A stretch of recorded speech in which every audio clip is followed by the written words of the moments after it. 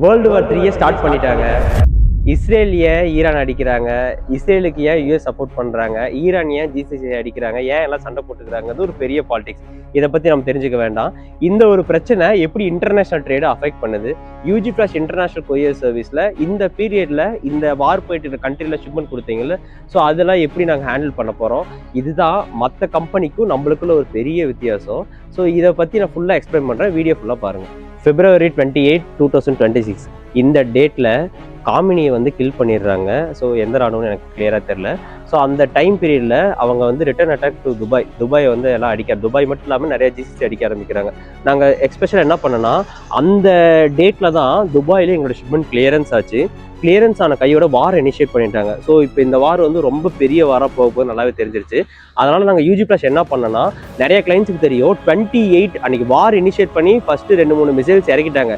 இருந்தாலும் அந்த பீரியட்லேயே நிறைய ஷிப்மெண்ட் டெலிவரி பண்ணோம். அது எப்படி பண்ணோன்னா, இந்த ப்ராப்ளம் ரொம்ப பெருசாக வருங்கிற ஒரே காரணத்துக்காக துபாய் சிட்டிஸ்குள்ள இருக்கிற எல்லா ஷிப்மெண்ட்டும் வேகமாக டெலிவரி பண்ணிட்டோம். அபுதாபியோட ஷிப்மெண்ட்ஸ் மட்டும் நாங்கள் ஹோல்டு பண்ணிட்டோம். இன்னும் வேர் ஹவுஸில், துபாயில் இருக்கிற வேர் ஹவுஸில். இது வந்துட்டு நாங்கள் பண்ண ஒரு ஸ்பெஷல் அரேஞ்ச்மெண்ட் ஒன்று. இன்னொன்று, அது சேம் 28 அன்னைக்கு நாங்கள் இங்கே இந்தியாவில் பெங்களூர் ஏர்போர்ட்டில் ஃபார்வர்ட் பண்ணியிருந்த ஷிப்மெண்ட் வந்து பார்த்தீங்கன்னா ஒரு ஃப்ளைட்லேருந்து கனெக்ட் பண்ணியிருந்தாங்க. அந்த ஃப்ளைட் டேக் ஆஃப் ஆகிறதுக்கு முன்னாடி அதை கேன்சல் பண்ணிட்டாங்க. ஏன்னா அந்த வார் இஷ்யூ இனிஷியேட் பண்ணதால அது கேன்சல் பண்ணதா அந்த லோடு வந்து ஏர்போர்ட்டில் இங்கே ஸ்ட்ரக் ஆயிடுச்சு. இங்கே ஸ்ட்ரக் ஆன லோட்லாம் என்னன்னா 48 ஹவர்ஸ் டைம் பீரியடுக்கு மேலே போயிடுச்சுன்னா நம்மளுக்கு வேர் ஹவுஸ் சார்ஜஸ் போடுவாங்க. வேர் ஹவுஸ் சார்ஜஸ்னா கொஞ்சம் கொஞ்சம் காசு இல்லைங்க, பர் கேஜிக்கு 35 rupees.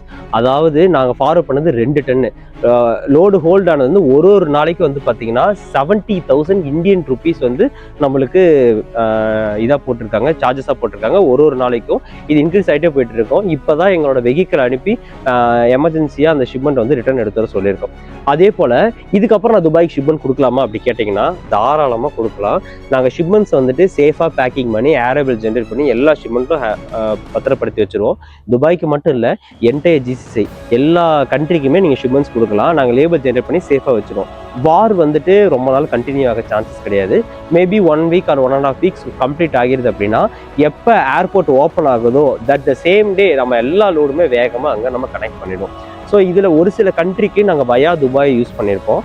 ஸோ வயா துபாய்னா எங்கன்னா லைக் கனடாவுக்கு இந்த மாதிரி இடத்துக்குலாம் via Dubai is best. So via Dubai அதாவது கனடாவோட ஷிப்மெண்ட்ஸ் இந்த பீரியடில் ஸ்டக் ஆகிட்டு இருக்கு.